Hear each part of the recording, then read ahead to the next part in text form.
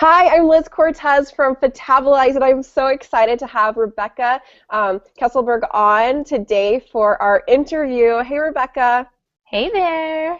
Woohoo! She is the founder of Inspiring Your Shine, and she's also the creator of Possess Your Promised Land coaching series. And she has worked in social selling since '97, and she is a rock star when it comes to that industry. And she reached the top 2% in the company she was working with, Leah Sophia, with jewelry. So I see you have pretty jewelry that you're wearing today. Every time we see Yes. you, Rebecca, you're always like looking so pretty with your earrings and your necklace. We can't really see your necklace. You have to bring it up a little higher. There Oh, it is. okay. There we go. There we go. So beautiful. But yeah. So I know you have lots of really cool things about you, and I'm excited what we're doing for this webinar today, where you're really focusing on how you're helping women, specifically through your coaching program, discover their unique design so they can maximize their strengths and stop sabotaging their success. So that's awesome. I'd love some more of that, and I'm sure the ladies that are watching this right now, and men too, husbands if you're watching this too, that you want some more of that, right?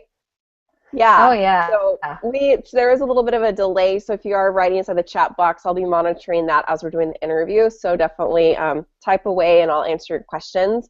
And yeah, so Rebecca, so let's, you want to say anything else about yourself before we jump into the interview questions? No, I just think that I've been uniquely designed, and as I've discovered that what I'm here to do is to help people to discover who they are and how amazing they are. And I look at everybody as an individual, and each person that I meet, I always am like, you're amazing. And people kind of tease me because they're like, you think everyone's amazing? I'm like, they are. So that's just who I am, and I'm really excited to help people to see how amazing they are. Yeah, and in one of the emails that I sent out, I'm sure all y'all that are watching this right now, you probably got it, but I was sharing how, learning about my unique design over this past year just made me have so much more peace and patience. I understood myself so much better. It caused, arguments or fights like that would happen in my own head or with friends or my husband. It just made things be so much more peaceful by knowing how I was design and how it was created, because every single person is unique. Just like I don't design the same fitness or nutrition program for every client, everyone's unique. Same thing with our personalities and Yeah. and all that kind of stuff. So this is something that just made a huge impact in my life, and I'm so happy that you're going to share with us some of those nuggets from what you teach your clients and everything. So the first question that I have for you today, Rebecca, is why is discovering and taking ownership of your unique design so important? Well, first of all, it is not something that just everyone learns. Certainly, it's not something that we're taught in school, and it is not a lot of times what our parents teach us. They don't always look at us and tell us particular things about ourselves. We sometimes are told who we are from our outside world, and we never really discover it for ourselves. And so it can be a lie. And so it's very, very important for us to know and to really be a studier of us, because if we don't know who we are, if we don't know what we offer the world, if we don't know where our strengths lie so we can be in them, then many times what happens in the world, and I think everybody could testify to this, we try to imitate other people that we admire or we look up to. And now with media and everything that goes on, and there's so many bad influences, and our children are imitating these people, we are imitating these people because maybe we want the lifestyle they have, or we just want to be happy because they seem happy, because of course all these social media sensations and stuff, they always are so happy, right? Because they put all their highlights on film and out there for everyone. And so it is so important for us to really grasp who it is that we are, how we're knitted together, and fall in love with that, because we never are going to be a good imitation of something else. We're only going to be our best self. So we have to really get in touch with who we are. Many people never even ask themselves the questions about it. They will maybe be who somebody else says that they are. And some of us didn't have the best upbringing or surroundings around us, and as we were growing up, people said things about us that we don't want to take on as an identity. And so it's very important for us to begin asking us are these questions of who am I? What is my natural disposition and my personality type? What are my strengths? What are my gifts and talents? What am I passionate about? Yeah, that makes such a big difference. I know with my my fitness journey, I was told something when I was 15, and that took me out of focusing on business in high school to being obsessed with fitness and nutrition and being totally obsessed with losing weight, even though I was an athlete. Someone said that I shook the car when I got into the car, and I in my head said, "Oh my goodness, I'm fat." And that like drove me. And it wasn't until a few years ago that I realized, or maybe 5 years ago, I realized, oh my goodness, I was believing that lie for so many years. And I'm sure people who are watching this now, you might relate to that too. Someone told you something, you believed it, and then it shaped your career, it shaped who you marry, what, just all these different decisions. And so, yeah, I want to throw that in there. And I know that you know that's really important to have clarity, when it comes to your strengths and weaknesses. You just brought that up. So why don't you go into that a little bit more? Like, how does knowing your strengths and weaknesses help you out with knowing your unique design? Exactly. So basically, we often are kind of given this message, kind of like an exercise, that if you have a weakness and if you have a weak muscle or something weak, then what do? You focus on it, right? You want to focus on it, make it stronger. Well, that is not the way that we want to handle our strengths and weaknesses as a person, because we are given God-given strengths and talents that those are the things that just come natural to us. Those are the things that we don't have to put a whole lot of effort in to just be good at them. And if you are focusing on trying to look at your weaknesses and try to strengthen them, then you're going to spend 10 times the energy doing something that you're not good at than just staying in your natural gifts and talents. And many times you can reach, even if your strengths are different than somebody else's. So for instance, in my strengths profile, I do not have action steps. But I am probably one of the busiest people I know. I get a lot done, but it's not because my strength is in action. My strength is in relationships and people. So because I'm so committed to the loyalty of people, that gets me moving and going and committed and loyal to what I'm doing. And so I still get things done in my strengths. It may not look exactly the same all the time as what it is for someone else that has action strengths, but if we still get to the same place, and I'm a lot happier person trying to do it with the things that I'm good at instead of trying to be somebody I'm not. Because I got really frustrated being in, anybody who's in direct sales network marketing, it can be a grind, and it can be very challenging to make it to those top ranks. Well, I was struggling a little bit, and everybody kept trying to give me their advice about everything that I was maybe not doing well enough. And I kept trying to focus at those areas that I wasn't thriving in instead of keep focusing on the areas that I was doing great in. And so what happened is I went backward. I actually did not do better. I did worse. Because then all I did was feel bad about myself. I was exhausted. I was frustrated. And so it's so important for us to know what our strengths are, stay in our strengths, and you can be aware of your weaknesses only enough to find a way around them. You don't have to try to strengthen your weaknesses. And even when it comes to fitness and exercise, I know a lot of people struggle with this, is when you're starting out especially, do things that go along with things that you like. Like if you love to dance, go do Zumba. If you love the solitude of walking or yoga, do that. So whatever it is that feels really good to you, that is where you're going to begin to have success. And then you can push yourself further later on. But we always want to operate in our strengths. Yeah, so you talked a lot about strengths. I know the strengths that you're talking about, but just so that everyone else knows, when we're talking about their strengths and like top 5 strengths and what that is the Gallup Strengths Finder test. That's what she is referring to. And what is your top strength, Rebecca? Do you know what the number one is? There 4 of them are relational, and Cool. so I just love people. And I have 0 in relational. I I'm love trying to people think, too. I think my things keep popping out. I think that my other one is in influence. So Cool. that's, yeah. Cool. So, So yeah, so there's execution, relational, influence, and then strategic or something for this. So there's lots of different tests that you can take online to figure out what your strengths are.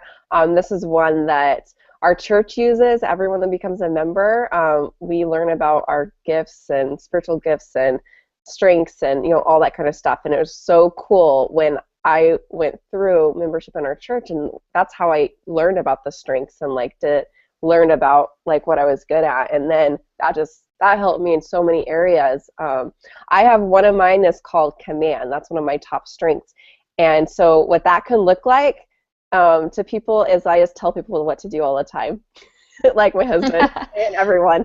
But that makes sense because I'm a trainer and a personal trainer, nutrition coach. So yeah, people hire me to tell them what to do and not to do, and so it was really cool when I learned about my strengths. Then I was able to see, oh, I'm operating in this strength right here, and okay, I'm not really good at this, no wonder I'm struggling. So then I would hire someone, or I would find a friend that had those other strengths, and then we could help and like bounce ideas off of. So it really helped me in business and definitely my marriage too, knowing what my strengths are and what my husband's are too. And now I like to know what my friends are, my clients. So then like when I'm working with clients, I know what works for them.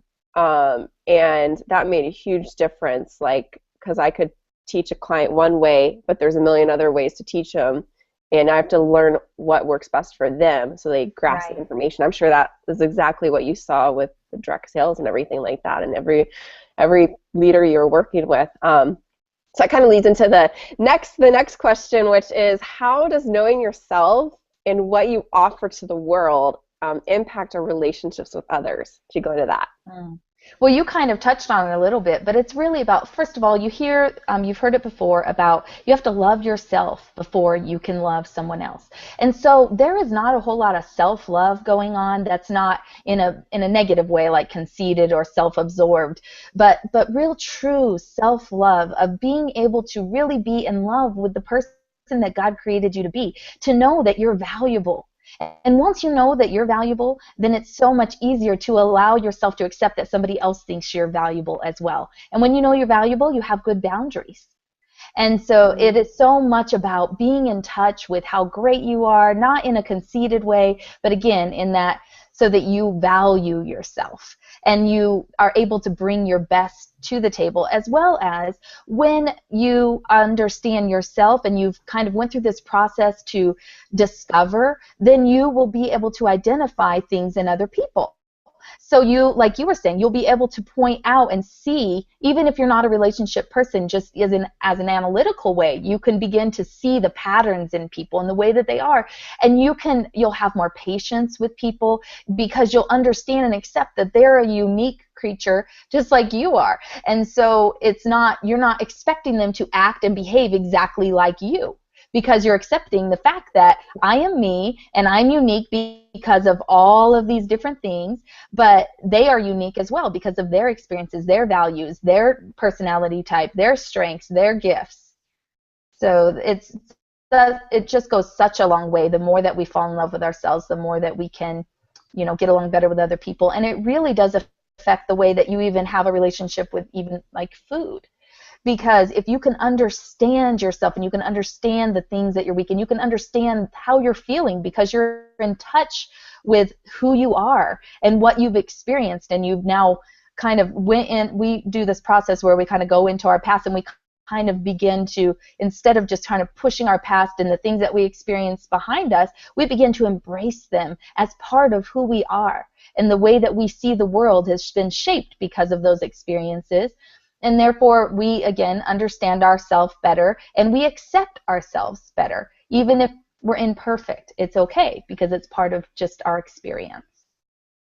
Yeah, that definitely makes a big difference when it comes to food and just knowing your patterns. I know for myself, with clients, we just finished up a challenge, and I did the challenge very, very different this time. And typically, when you sign up for challenges or programs, you get a meal plan, and it's like what to eat for every single meal all day long, how much, all that kind of stuff. then you get a workout program, all that kind of stuff. And I decided, you know what? I'm gonna do things differently. I did it totally different. Gave just like one little challenge. I know Awesome. you were in there, Rebecca. I know a lot of people that signed up for this webinar tonight. You were in there as well. So I did it very different. Went totally against the norms, but the reason why I chose to do that is because I listened to my clients for the past 10 years. I saw that a lot of them, when I would give those strict programs, like some of them really wanted that. And that's how I like things. I like a strict program. I stick to it. I like don't deviate from it. That's how I like. But every single person is different.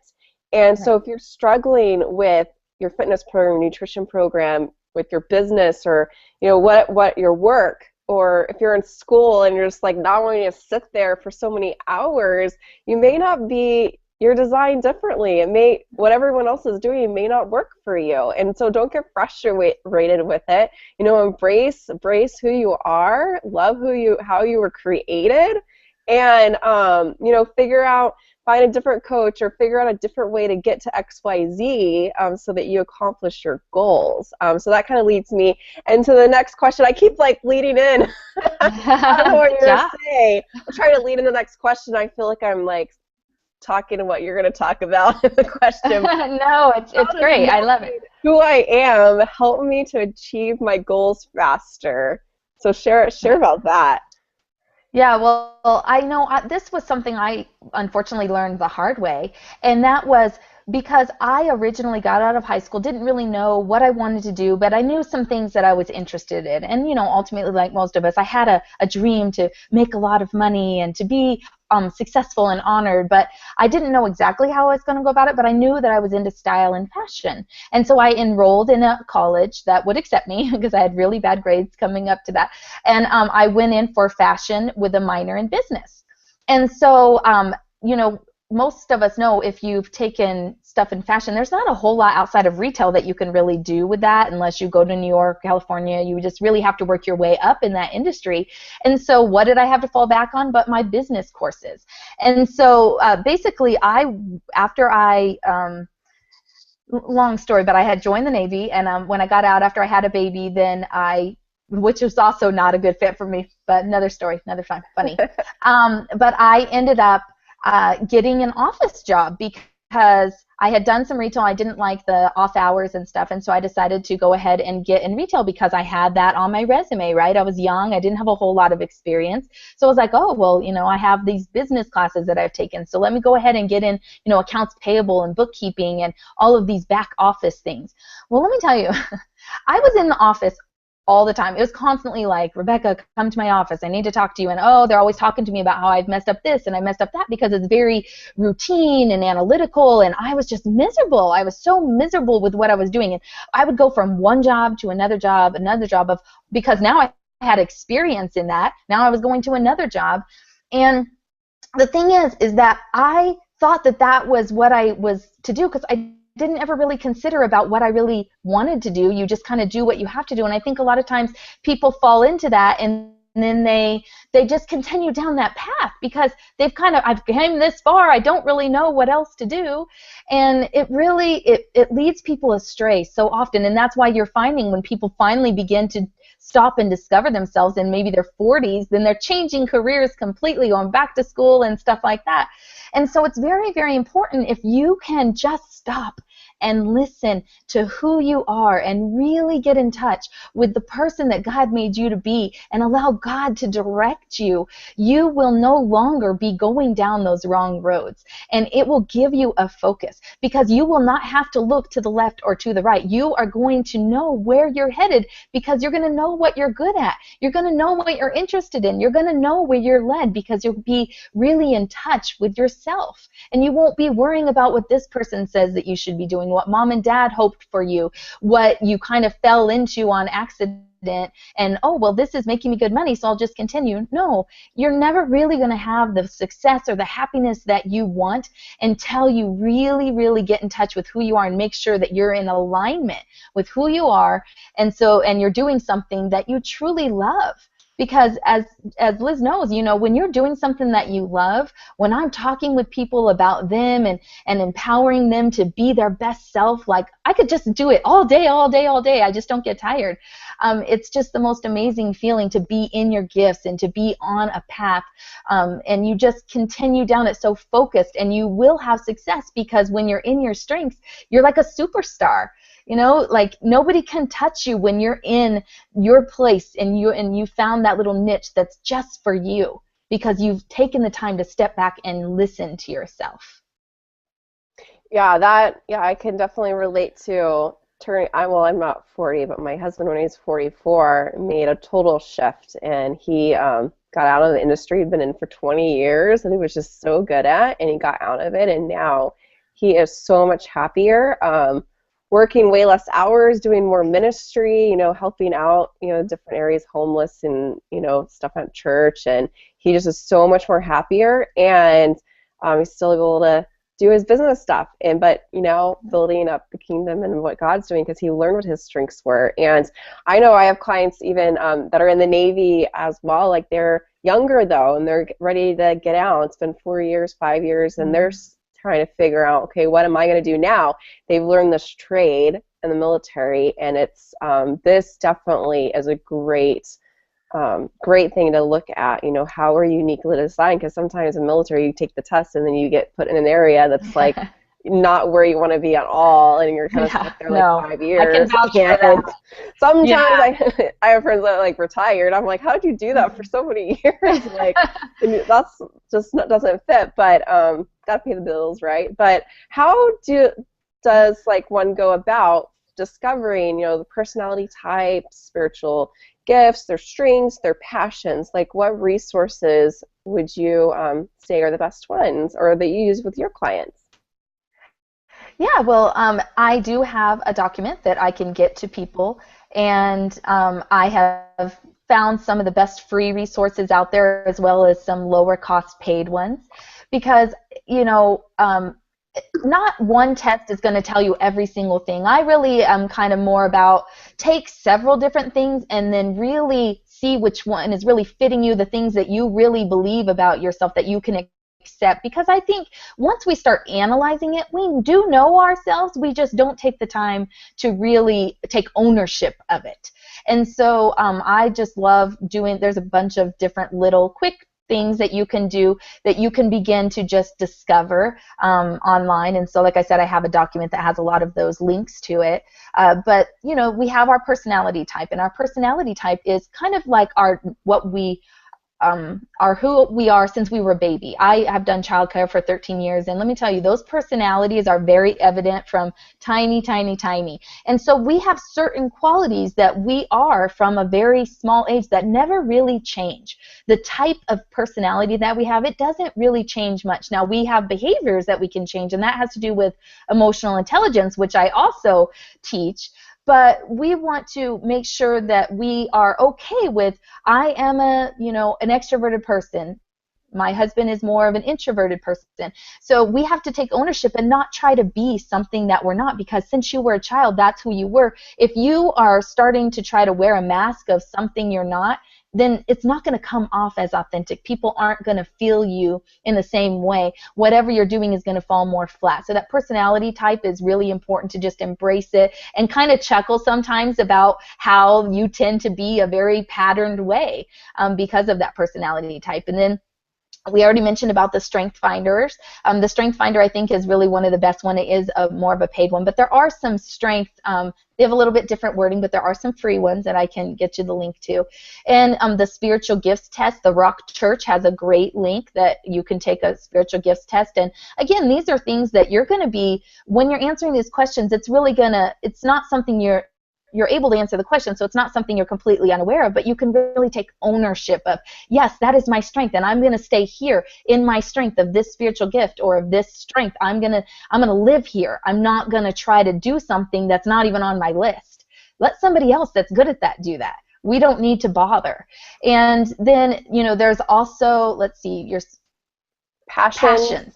Passions. Yes. So passions are one of the funnest things. And I had read a book from Jack Canfield, and it was like a journal version of this book, and it was Discovering the Law or Living the Law of Attraction. And although it was written in, the law of attraction type terms, I was really able to filter that through my spiritual Bible verse ways. But I just really loved it because it asked me all kinds of questions about what's your memory from your childhood that you value the most, and it takes you way back so that you can kind of begin to see patterns forming of things that from you were tiny you were interested in this. Like one of my things was conversations. I love conversation. And when I was a little girl, I literally used to sit on the porch of grown women and have conversations with them. And they would just open up to me and I would comfort them, and it's kind of funny, but I see that that was just my gift in action even as a young child, and I'm passionate about helping people and discovering things about people. I love asking people questions, and so our passions really lie a lot of times from, again, back in our past. As we begin to analyze and see those patterns, then we can begin to see our passions. And passions are, if you think of two circles, then right where the circles meet, of this circle being what I enjoy doing and this circle being what I'm good at. So usually they'll be right in the middle of those where they meet is kind of where your passions lie, because you tend to be passionate about the things that come more natural to you that you're good at.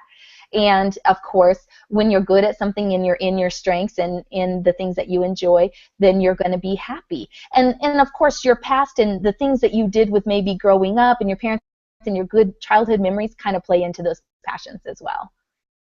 Oh, that's cool. Those circles and how they line up, and that is the passions. So I know what you're passionate about. You're passionate about people and helping and just really inspiring and encouraging them, even as a little kid. That's super cool to see that. And another thing about the passions is passions can come about from struggles, stuff that you overcame in life too.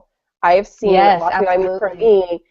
me, I loved like gymnastics. I coached gymnastics, but I'm so passionate about fitness and nutrition, even though I was nudged because of a comment that someone said, and nudged me that way. Maybe in the beginning it was like to fix me, there's something wrong, but it really turned into a passion, because and then it's just, it turned into a passion from the struggles. And I look at those other pieces in life, and there's other things I'm really passionate about, and they came from a struggle. So that's another thing too, is you want to look at both things, those things that you overcame that you're just strong through, and you made it through that. But other stuff when you're a little kid, it just happens. You have the opportunity, you step into it, and you go for it. I know that you have something really special for everyone. When you said that you were giving this away, I was like, oh my goodness, that's so awesome. So why don't you share about that and how people can get in contact with you after this is over? Yeah, so I have, again, been in social selling, and a lot of times to be successful in a business like that, you have to really do some soul searching. You have to really overcome a lot of different things. And in my looking around and seeing that people were failing, and not so many people made it, and they didn't meet their expectations, and me being the people person that I am and the relationship person that I am, literally I'm like, that is just not okay. I want to fix that. I want more people to be successful. I want more people to figure out how it can work for them, because I know that it's not just this one tiny kind of person that can be successful in all of these different industries and in small business and in just being an entrepreneur. But it was like, what is it? What is it about some of those people? And I did discover that one of the things is knowing yourself. And I don't think that you can really separate people that are very successful from them being very in tune with who they are and what they offer the world. Most of them are very aware of that. But then you kind of get into some other things, and one of the things I really discovered is this whole thing about self-sabotage and about how we are our own worst enemy. And so that's what we have to be so careful with, is that we need to be aware of all those little bitty subtle things that we're doing on a daily, hourly, minute-by-minute basis that are really undermining our intentions. And it goes along with the health and fitness, as you know, Liz. I mean, that's exactly what it comes down to a lot of times. And those thoughts that are going through your mind, maybe because it's a bad habit, or it's just a way that we punish ourselves sometimes, or just a way to justify. But, getting down to the smallest little thought and learning how to take that captive and then change that voice that's going on inside of your head, and the different things that we do to sabotage ourselves, even in our strengths and weaknesses. If we're not being our strengths, then we can sabotage ourselves. And so we want to try to figure out what our weaknesses are and learn to work around them. I mean, I'm really busy, but I'm very easily distracted, and so I've really learned to rely on alarms, and it drives everyone around me kind of crazy, but I need them. If I don't have my alarms, I will forget. I can remember 5 minutes before and forget within that 5 minutes and be off doing something completely different. So, that is a weakness. All my alarms. My husband's like, can you please change it? I really hate that alarm. And I'm like, no, that's my emergency. Got to leave the house right the second. Exactly. Got to get on the webinar right this second. Yeah, that's exactly how I am. And I've used my alarm so much that my alarm button doesn't even go off. Like if it starts going off, I have to just wait till it runs its course, because it won't even shut off for me. I wore it out. I mean, I guess I need a new phone. But it's all about discovery. So not only discovering who you are, but really discovering what are those little things that you're doing in your life that can be changed, that are behaviors that can be modified. I mean, you can't change you cannot change your personality type. You can't really even change what your natural strengths are. But there are behaviors that we can work on, and we can find ways in our strengths and in our personality type that we can change those behaviors that will work for us, because it's not going to work the same way for everyone. Like you were saying, you got to get that unique plan that's going to work for you. Yeah, so I put up your website right here. So right now go over to inspiringyourshine.com, and Rebecca has a really special gift for you over there. Do you want me to tell them what it is, or do you want to? Yeah, so what you're going to do when you get there is, if you go down a little bit on the right-hand side, then it says something like, let me support you, or something. You just want to fill that out so that I get emailed your information. And then I will put you on a list, and I will send you that list of all of those links to the different ways to discover who you are. And then I also will send you a document and with all kinds of different ideas about the way that you're sabotaging yourself and how to overcome that. And I would even be willing to throw this in. This is something that we talked about, because I love people so much and because I really, really want to help. I would even be willing to have like a 15-minute phone call with people to talk about, like if they sign up and if they're interested, just put that in the notes, that I can just chat with you a little bit and just try to see, what we could maybe do to help you to move forward. What's your next best step? Oh, cool. That's awesome. Yeah, make sure when you fill out that little form that you write that you were on this, this webinar, and that so then she knows that to do that 15 minutes. But cool. Awesome. So I'm empowered. I'm inspired right now. I'm sure that each person that's watching this right now here live or watching the replay is feeling pumped up and inspired to go get those links so they can figure out who they are. That's always something that everyone is wondering, how to find my purpose in life. And there's so many people that Google that every single month. How do I find my purpose? How, who am I? What am I here for? And, you can just pay attention to your past and good things, bad things, and you are going to discover a lot about yourself, and then stay focused on those areas, and you are going to be so much more fulfilled and happy, and things will just work. So any last words you want to say, Rebecca? Yeah, just jumping off what you said, I mean, I think most of us have spent so much time trying to look here and look there for what's going to make us successful and happy. And really all we need to do, we are already holding all the keys to our own happiness, and that is looking within and seeing who God made you to be, and really, of course, hearing God and what He wants for you to do, because we want to be able to hear that, to go forward, to know that small voice is what's telling you of where you're supposed to be going. And once we do that, it will change everything. And I think the world is so noisy, we don't always take the time to do that. We're not being taught that we need to discover ourselves, and it's almost, I think, kind of egocentric thought of in some ways to focus on who you are and stuff. But it is something that when you take the time to do it, it is going to empower you in a way that you've never known. And it's going to change you. And it's going to not only change you, because all change begins with us, right? So then once you change, then it's going to begin to change the things around you. And, maybe your career will change. Maybe you'll move up to that next leadership level. Maybe you're going to improve the relationships around you with your children and your spouses, your friends. And so starting with you is a great place to start. Awesome. Well, thank you so much, Rebecca, for just sharing your words of wisdom and your knowledge as you've discovered your passions and your strengths and your spiritual gifts and just all that kind of stuff. So thank you for being on this interview today. And thanks for having me. Watching, I am going to be doing some more interviews with some other awesome ladies that have made a big difference in my life, and I want to share them with you. They've impacted me around fitness and business and life and marriage, all those different areas. And so definitely stay tuned for the next one each week. When I'm doing the new one, it's always going to be on that link, fatabalize.com/webinar. And so, yeah, I just want to take this next year to really share with you who's made a big difference in my life so that it can impact you so that you can go out and just accomplish whatever you're working for. So thanks, Rebecca, for being on the webinar. And I know it's getting late where you're at right now, so thank you so much. We'll talk to you on our next time we do one. All right. See ya.